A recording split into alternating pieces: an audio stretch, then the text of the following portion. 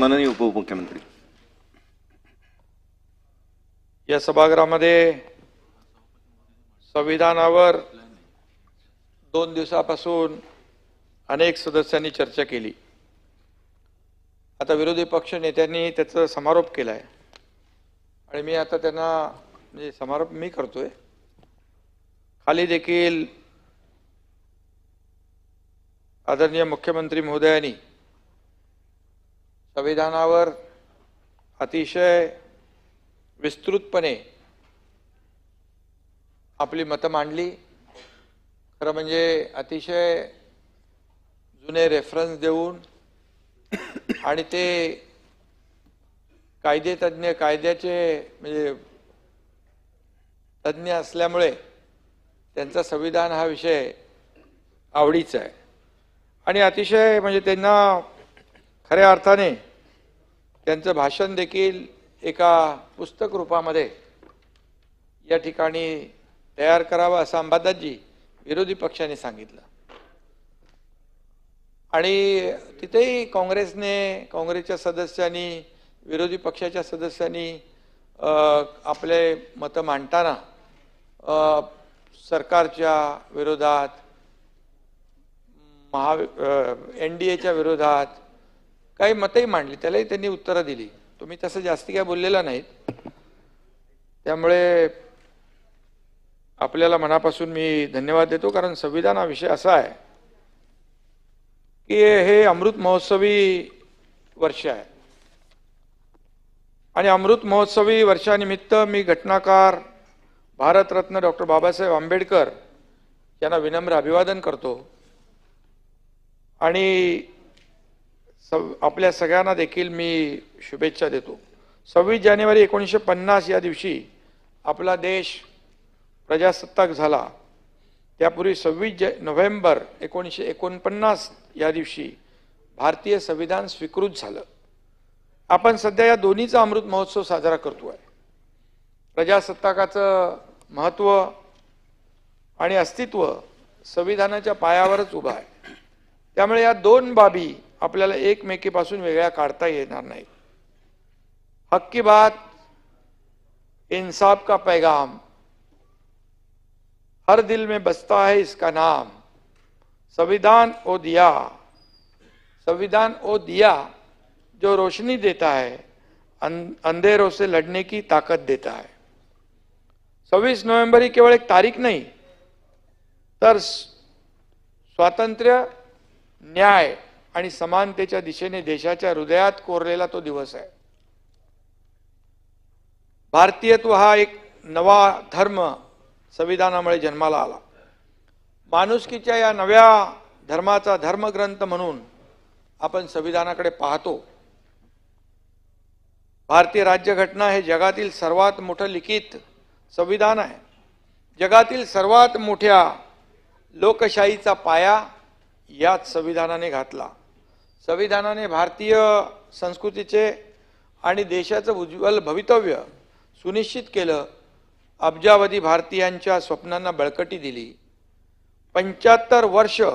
गेले 75 वर्ष अविरत या देशाला मार्ग दाखवण्याचं काम संविधानाने केलंय आणि पुढे शतके करत राहणार आहे। आणि घटना समितीचे अध्यक्ष भारतरत्न महामानव डॉक्टर बाबासाहेब आंबेडकर यांच्या प्रती प्रत्येक भारतीयाने यासाठी सदैव कृतज्ञ राहिलं पाहिजे। भारताचा स्वातंत्र्य लढा हा महात्मा गांधी, लोकमान्य टिळक, वीर सावरकर, भगतसिंग, चंद्रशेखर आझाद आणि असंख्य ज्ञात अज्ञात वीरांच्या नेतृत्वाखाली लढला गेला। त्यातून अखेर देश स्वातंत्र्याकडे आणि पुढे संविधानापर्यंत पोहोचला। त्याचा अमृत महोत्सव आहे। संविधानाचं लिखाण पूर्ण होण्यास 2 वर्ष 11 महिने 17 दिवस लागले।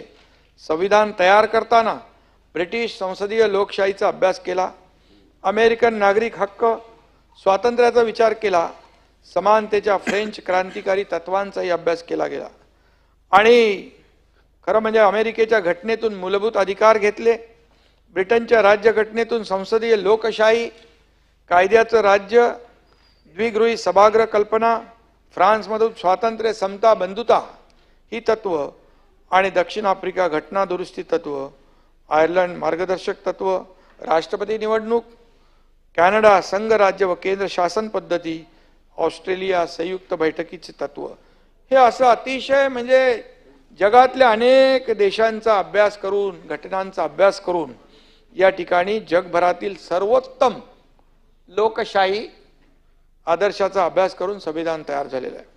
संविधान सभेने सभापती महोदय स्वातंत्र्य, समानता आणि बंधुत्वाच्या आदर्शांना सुसंगत असं संविधान तयार केलं. जात पंथ किंवा धर्म काही असो, प्रत्येक जण सन्मानाने आणि न्यायाने जगू शकेल याची खात्री आपल्याला संविधानाने दिलेली आहे. स्त्री पुरुषांना समान अधिकार संविधानाने मिळवून दिला, घटनेने मिळवून दिला. म्हणूनच आज महिला स्वतंत्र भारतात नीलमताई मुख्यमंत्री आहेत, राज्यपाल आहेत, न्यायाधीश आहेत, लोकसभा अध्यक्ष, पंतप्रधान, राष्ट्रपती अशा उच्च पदावर पोहोचू शकल्या. तुम्ही देखील उपसभापती झालात. हे संविधान केवळ कायदा नाही तर ती लोकशाहीची सनद आहे. आणि म्हणून आज संविधानाचे संरक्षण ही फक्त सरकारची जबाबदारी नाही तर कर्तव्य पार पाडण्याची जबाबदारी प्रत्येक नागरिकाची आहे, आपल्या सगळ्यांची आहे. कायद्याचं पालन करणे, सर्वांना समानतेने वागवणे आणि सामाजिक सलोखा राखणे ही आपली सामूहिक जबाबदारी आहे. आपलं सरकार, शासन व्यवस्था, न्याय व्यवस्था यांचं नियंत्रण आणि नियमन संविधानाच्या आधारेच केलं जातं. आपलं राज्य संविधानाच्या, बाबासाहेबांच्या घटनेवर आधारित आपल्या राज्याचा आपण कारभार करतो. एक आदर्श संविधान, आदर्श आपली घटना याला समोर ठेवून आपण केंद्रात आदरणीय प्रधानमंत्री मोदीजी, इकडे राज्यात आपलं सरकार काम करतंय. संविधानानेच आपल्याला ही भक्कम चौकट दिलेली आहे आणि कोणत्याही पक्षाचं सरकार आलं तरी चौकटीत बदल होत नाही. काल संविधानावर विरोधी पक्षाच्या आमदारांनी पोटतिडकीने भाष्य केलं, परंतु संविधानाने दिलेल्या संस्थांवर त्यांचा विश्वास आहे का असा मला इथं खऱ्या अर्थाने प्रश्न देखील उपस्थित करावा असं वाटतो. ही मंडळी सुप्रीम कोर्टावर टीका करतात, कायद्याने स्थापन झालेल्या सरकारला घटनाबाह्य म्हणतात, निवडणूक आयोगावर टीका करतात, निवडणुका जिंकल्या की ईव्हीएम चांगलं, निवडणुका हरल्या की निर्जीव ईव्हीएमवर आणि निवडणूक आयोगावर देखील टीका करण्याचा प्रयत्न या ठिकाणी होतो. आपला विजय झाला की तो लोकशाहीचा विजय असं म्हणायचं आणि पराभव झाला की मतदान यंत्राकडे बोट दाखवायचं, हे काय योग्य नाहीये. मतदानावर अविश्वास दाखवणं, मतदारांवर अविश्वास दाखवणं ही सुद्धा संविधानाचा हा देखील अपमान आहे. खरं म्हणजे मी या ठिकाणी सांगेन की संविधान खतरे में है असा गळा काढणारे आज संविधानावरील चर्चेत देखील सहभागी झाले नाहीत. हे दुर्दैव आहे. काय त्यांना बाबासाहेबांची घटना मान्य नाही का? बाबासाहेबांचं संविधान मान्य नाही का? बाबासाहेबांची लोकशाही मान्य नाही का? हा प्रश्न इथं उपस्थित होतोय. आणि म्हणून या ठिकाणी संविधानाचा अमृत महोत्सव साजरा होत असताना संविधानाचे सोयीस्कर गोडवे गाण्याच्या या प्रकाराचा खरं म्हणजे आज काय निषेध वगैरे करायचा नाही. आज आपण संविधानावर बोलतोय, परंतु डॉक्टर बाबासाहेब आंबेडकरांनी संविधानाबद्दल व्यक्त केलेलं मत मला इथं मुद्दाम अधोरेखित करावंसं वाटतं. बाबासाहेब म्हणाले होते, मैं यह महसूस करता हूं कि संविधान कितना भी अच्छा क्यों न हो, यदि इसे लागू करने वाले लोग अच्छे नहीं होंगे तो यह संविधान बुरा साबित होगा. दूसरी ओर यदि इसे लागू करने वाले लोग अच्छे होंगे तो संविधान कितना भी बुरा हो वो अच्छा साबित होगा. हे बाबासाहेबांचे शब्द आहेत. आणि म्हणून संविधानाचं यश अपयश हे त्याच्या अंमलबजावणीवर अवलंबून आहे, राज्यकर्त्यांवर अवलंबून आहे. आणि म्हणून बाबासाहेबांनी त्याच वेळी स्पष्ट केलं आणि त्यामुळे संविधानाची अंमलबजावणी करणाऱ्या प्रत्येकाने आपली जबाबदारी लक्षात घेतली पाहिजे. बाबासाहेब पुढे असंही म्हणाले होते कि हमें अपने राजनीतिक लोकतंत्र को सामाजिक लोकतंत्र में बदलना होगा. राजनीतिक लोकतंत्र तब तक जीवित नहीं रह सकता जब तक उसका आधार सामाजिक लोकतंत्र न हो. आणि म्हणून राजनीतीपेक्षा सामाजिक न्यायाला त्यांनी महत्त्व दिलं. हे संविधानाला अभिप्रेत समानता सामाजिक न्यायाचं प्रतीक आहे. तेच बाळकडू आम्हा शिवसैनिकांना हिंदू हृदय सम्राट बाळासाहेब ठाकरे आणि धर्मवीर आनंदीगे साहेबांनी पाजलंय. आणि म्हणून शिवसैनिक मोठ्या प्रमाणात सामाजिक भान ठेवून उपक्रम राबवतात. खरं म्हणजे रक्तदानासारखं पवित्र काम ते करतात. आणि तेव्हा आपलं रक्त कुणाचा तरी जीव वाचवण्यासाठी आहे, तो कुठल्या जाती धर्माचा आहे हे पाहून रांगेमध्ये रक्तदाते उभे राहत नाहीत. सचिन भाऊ, संकट काळात लोकांसाठी पहिली धाव घेणारा कोण आहे आपल्याला माहित आहे. आणि मग ती गल्ली तो मोहल्ला कुणाचा हा विचार त्याच्या मनात कधीच नसतो. हे संविधानानंच आपल्याला दिलेले संस्कार आहेत. आपण जेव्हा जेव्हा संविधानाचा विषय काढतो तेव्हा सर्वसामान्यांच्या कल्याणावर बोलावंच लागेल. मला देखील हे सांगायला आनंद वाटतो की महायुतीचं सरकार जनतेच्या भल्यासाठी काम करताना संविधानाचे सगळे मापदंड आणि मानदंड पाळतीये. राज्यातील सुशासन असो, लेक लाडकी असो, लाडकी बहीण सारख्या लोकहिताच्या योजना असो, सारथी बार्टी आरटी महाज्योती असो, शेतकऱ्यांसाठीच्या कृषी सुधारणा योजना असो, संविधानाने दिलेल्या समानतेच्या तत्वाला आम्ही पुढे नेतोय. आरोग्य, शिक्षण, शेती, महिला सक्षमीकरण आणि तंत्रज्ञान यासारख्या विविध क्षेत्रामध्ये ठोस काम करून आपलं सरकार संविधानाचं तत्व पाळतंय. महाराष्ट्र हे देशाचं ग्रोथ इंजिन आहे असं आपण म्हणतो. आणि म्हणून त्यासाठी हे इंजिन वेगाने धावण्यासाठी जी ऊर्जा लागते ती पैशातून येत नाही, तर संविधानाच्या तत्वातून येते आणि पुढेही ती येत राहील. भारतीय संविधान आपल्या लोकशाहीचा आत्मा आहे. पण गेल्या वर्षीपासून काही विरोधी पक्ष संविधान वाचवण्याच्या नावाखाली दिशाभूल करणारे फेक खोटे प्रचार करतायत, लोकांच्या भावना भडकवतायत, संविधान खतरे में म्हणून खोट्या प्रचाराची उदाहरणं देत आहेत. आरक्षण रद्द करण्याची भीती देखील घातली. संविधान खतरे में, संविधान बदलले जाईल असा अपप्रचार देखील केला.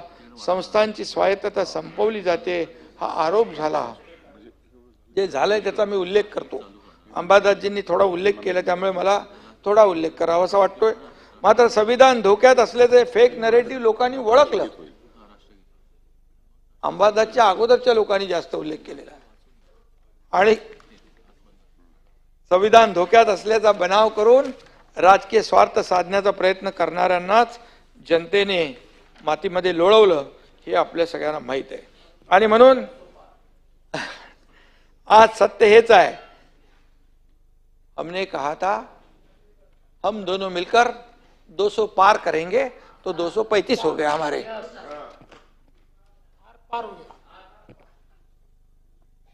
आज सत्य हेच आहे. भारतीय संविधान पूर्ण सुरक्षित आहे आणि कोणत्याही मूलभूत तत्वांना कुठलाही धोका नाही. परंतु काही लोक अमेरिकेत जाऊन आरक्षण रद्द करण्याची भाषा करतात. याचा देखील विचार केला पाहिजे. या देशामध्ये राहायचं आणि परदेशात जाऊन आपण या लोकशाहीच्या विरोधात बोलायचं. म्हणून अशा भोंदूपणाचा निषेध करावा तेवढा कमी आहे. आज इथे आणखी एक मुद्दा मला मुद्दाम स्पष्ट करायचा आहे की बाबासाहेब आंबेडकरांनी मगाशी अंबादासजींनी तो केला. कलम 370 स्पष्ट विरोध दर्शवला होता. जम्मू काश्मीरला विशेष दर्जा देणं भारताच्या एकात्मतेला कमकुवत करेल, संविधानाच्या मूलभूत तत्वाशी विसंगत आहे. जम्मू काश्मीरच्या विशेष दर्जाबाबत जवाहरलाल नेहरू आणि शेख अब्दुल्ला यांच्याशी बाबासाहेबांचे मतभेद होते. सचिन भाऊ, जेव्हा नेहरूंनी कलम 370 प्रस्ताव टेन्शन घेऊ नका, आणि म्हणून तेव्हा बाबासाहेबांनी त्याला मान्यता देण्यास नकार. मी तुम्हाला बोलतच नाही, काँग्रेस बद्दल बोलणार आहे. मी काँग्रेस बद्दल तर बोलणार आहे. आणि त्यामुळे बाबासाहेबांनी 370 कलमला मान्यता देण्यास नकार दिला होता. काँग्रेसच्या राजकीय स्वार्थासाठी संविधानाच्या मूळ उद्देशाचाच गळा घोटण्याचा प्रयत्न केला.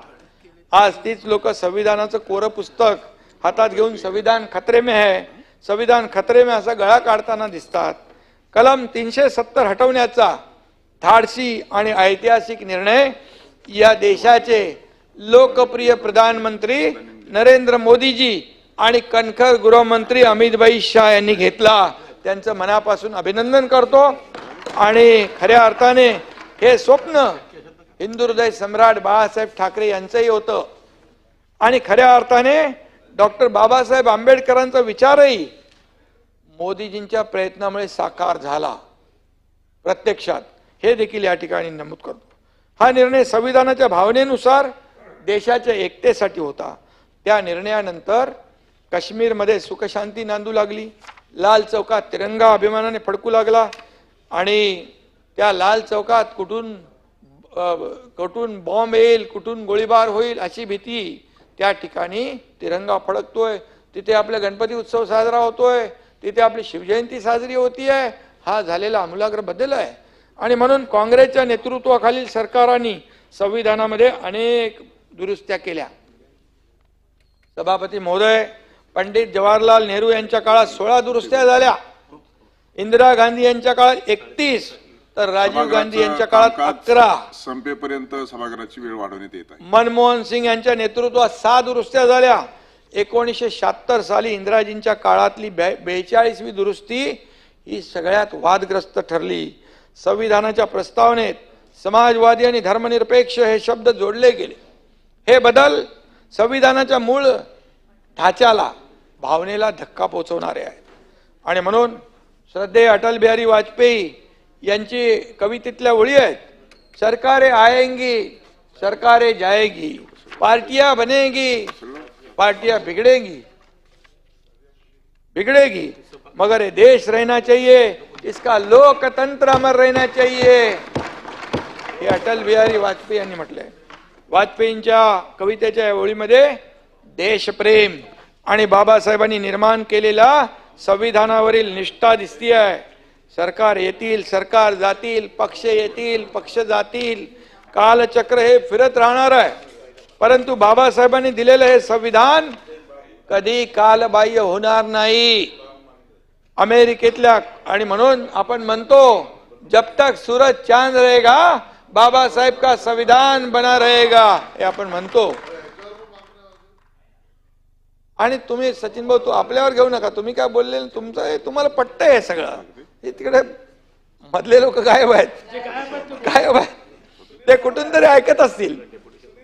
आणि म्हणून अमेरिकेतील कोलंबिया विद्यापीठाने एक अहवाल तयार केला होता. त्या विद्यापीठातून 200 वर्षात शिकून गेलेल्या विद्यार्थ्यांपैकी सर्वात विद्वान कोण असा प्रश्न झाला. त्या यादीत डॉक्टर बाबासाहेब आंबेडकर हे पहिल्या क्रमांकावर होते. हा आपला अभिमान. त्यामुळे कोलंबिया विद्यापीठात डॉक्टर बाबासाहेब आंबेडकरांचा ब्रॉन्झ धातूचा पुतळा बसवलाय. त्याखाली द सिम्बॉल ऑफ नॉलेज म्हणजे ज्ञानाचं प्रतीक डॉक्टर बाबासाहेब आंबेडकर असं लिहिलं गेलंय. हे देखील आपल्यासाठी अभिमानाची बाब आहे. बाबासाहेबांनी लंडनमध्ये शिक्षण घेताना लंडन स्कूल ऑफ इकॉनॉमिक्स मध्ये MSc आणि DSc डॉक्टर ऑफ सायन्स या पदव्या घेतल्या. त्यांचा the problem of the rupee हा शोध प्रबंध आजही अर्थशास्त्रामध्ये महत्वाचा मानला जातो. बाबासाहेबांनी लंडनमध्ये कायदा लॉ शिकून बॅरिस्टरची पदवी मिळवली, ते आपल्या सगळ्यांना माहित आहे. आणि ते कायदे तज्ज्ञ म्हणून कार्यरत झाले. अशा ज्ञान संपन्न महान विद्वानाने भारतीय संविधान तयार केलं. हे आपल्या देशाचं आणि आपल्या सगळ्यांचं भाग्य आहे. लोकशाही मूल्यांचं जतन करून सशक्त भारत घडवणे हीच संविधान निर्मात्यांना खरी श्रद्धांजली असेल. आणि म्हणून डिसेंबरमध्ये संविधान स्वीकारण्याच्या 75व्या वर्धापन दिनानिमित्त प्रधानमंत्री नरेंद्र मोदीजींनी लोकसभेत आपले विचार मांडले होते. 2047 पर्यंत भारत जगातला एक शक्तिशाली देश म्हणून विकसित करायचा असेल तर भारताची एकता ही सर्वात महत्वाची आहे. एकता आणि अखंडता. आणि आपले संविधान हा भारताच्या एकतेचा पाया असल्याचं प्रधानमंत्री मोदीजी म्हणाले. आणि म्हणून संविधानाच्या माध्यमातून एक भारत श्रेष्ठ भारत ही संकल्पना साकार होऊ शकते. त्यांच्या मते संविधान हे फक्त कायदेशीर दस्तऐवज नसून देशाच्या आत्म्याचं प्रतिबिंब आहे असं या ठिकाणी म्हटलंय. संविधान हे देशाच्या विविधतेत एकता निर्माण करणारं साधन आहे. संविधानाला मोदीजींनी मार्गदर्शक प्रकाश अर्थात गायडिंग लाईट असं संबोधलेलं आहे. आणि भगवान बुद्धांनी जगाला दिलेला मंत्र होता अत दीप भव, म्हणजे स्वतःच एक दीप व्हा. संविधान असाच एक दीपस्तंभ आहे. आणि म्हणून त्यामुळे प्रत्येक व्यक्तीमध्ये एक एक स्वातंत्र्याचा दीप पेटत गेला. बुद्धिजीवींपासून तर शेतकऱ्यांपर्यंत, महिलांपासून ते उपेक्षितांपर्यंत समाजाच्या प्रत्येक घटकाचं प्रतिनिधित्व हे संविधान करतं. संविधानाने आर्थिक आणि सामाजिक परिवर्तन घडवलं, सर्वांना जगण्याचा मार्ग दाखवला, प्रत्येकाला या मुख्य प्रवाहात आणण्याचं काम केलं. आणि म्हणून शतकानुशतके ज्यांना अधिकार नाकारलेल्यांना एका पातळीवर आणणारा, त्यांना मूलभूत हक्क देणारा तो मानवी दस्तावेज ठरला, हे देखील या ठिकाणी मी नमूद करतो. संविधानाचा 75 वर्षाचा प्रवास अभिमानास्पद आहे आणि भारताच्या प्राचीन लोकशाही वारशाचा हा उत्सव आहे. याच पवित्र संविधानाच्या प्रकाशात आपण पुढे 75,000 वर्ष मार्गक्रमण करत राहू, लोकशाही अधिकाधिक बळकट करत राहू, हा विश्वास या ठिकाणी व्यक्त करतो. आणि म्हणून या ठिकाणी 75 वर्ष झालेले आहेत. संविधान को साल हुए 75, कलम हटाया 370, आज मेरा देश हुआ महान, अब कश्मीर में भी लागू हुआ बाबा साहेब का संविधान.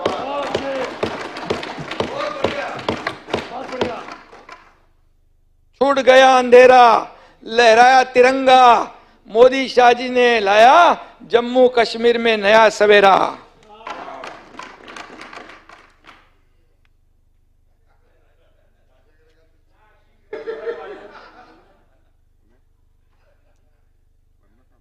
मगाशी अंबादास आपण म्हणाले गरीब लोक, अरे काँग्रेसने गरीबी हटाव म्हणालं, पण गरीबी हटली नाही, गरीब हटून गेला.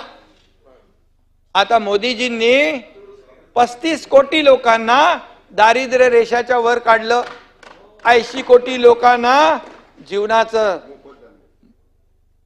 जीवनाचा मार्ग, जगण्याचा मार्ग दिला, मोफत अन्नधान्य दिलं, रोटी, कपडा, मकान, पंतप्रधान आवास योजना देण्याचं काम त्यांनी केलं. अंबादासजी, काँग्रेसनी फक्त आणि फक्त लोकांना आश्वासनं दिली.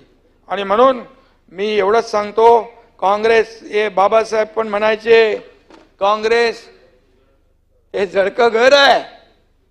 जाऊ दे, त्याच्यात राजकारणात जायचं ना, मला कोण नाही आहे ना. संविधानाचं ते गायब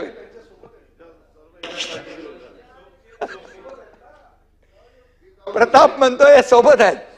संविधानाचं पावित्र्य आणि महत्व पुढल्या पिढ्यांनाही प्रेरक ठरावं यासाठी आपण प्रत्येक तालुक्यात संविधान भवन उभारतोय. प्रत्येक तालुक्यात कुठल्याही अन्य प्रार्थना स्थळा इतकंच हे संविधान भवन देखील एक श्रद्धास्थान ठरेल अशा प्रकारचं काम आपण करतोय. आणि बाळासाहेब देखील म्हणायचे, शिवसेना प्रमुख, कोर्टात शपथ घेताना कोणत्याही धर्मग्रंथावर हात ठेवण्याऐवजी घटनेवर हात ठेवून शपथ घ्या. म्हणून घटनेला आपण महत्व दिलंय, बाळासाहेबांनी दिलंय, बाबासाहेबांच्या घटनेला. परंतु पुढं काय सचिन भाऊ, पुढं काय? संविधानावर जाऊ द्या, मगाशी बोललो मी.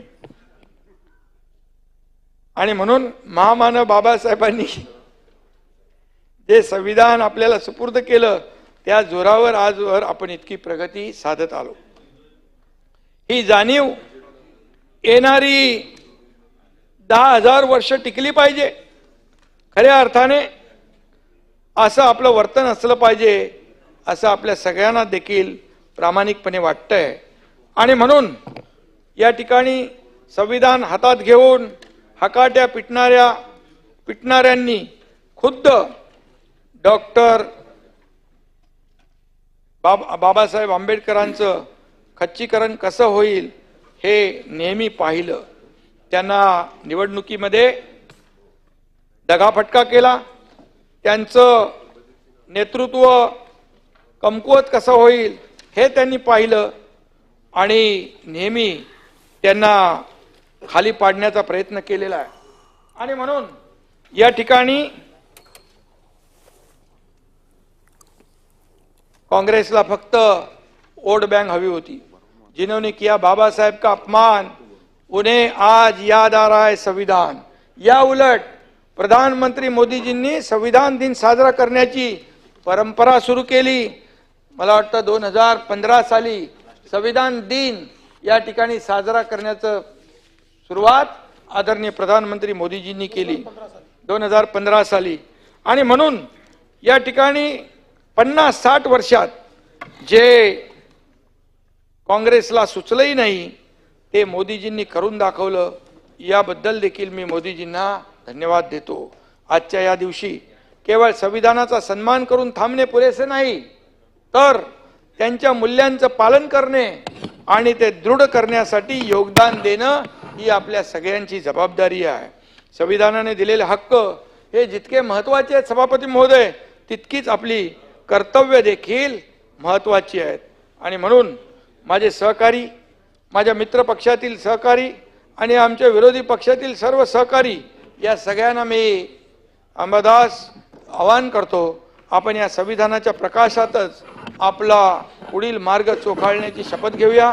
लोककल्याणाचा वसा घेऊया. लोकशाहीच्या रक्षणाचे वचन देऊया. संविधानाचा जय जयकार करत राहूया. महामानव भारतरत्न डॉक्टर बाबासाहेब आंबेडकरांचं स्मरण करत राहूया. आणि शेवटी जाता जाता 2 ओळी सांगतो, लास्ट करतो ना. रुतबा मेरे सर को, रुतबा मेरे सर को तेरे संविधान से मिला है. ये सम्मान भी मुझे तेरे संविधान से मिला है. औरों को जो मिला वो मुकद्दर से मिला, हमें तो मुकद्दर भी तेरे संविधान से मिला.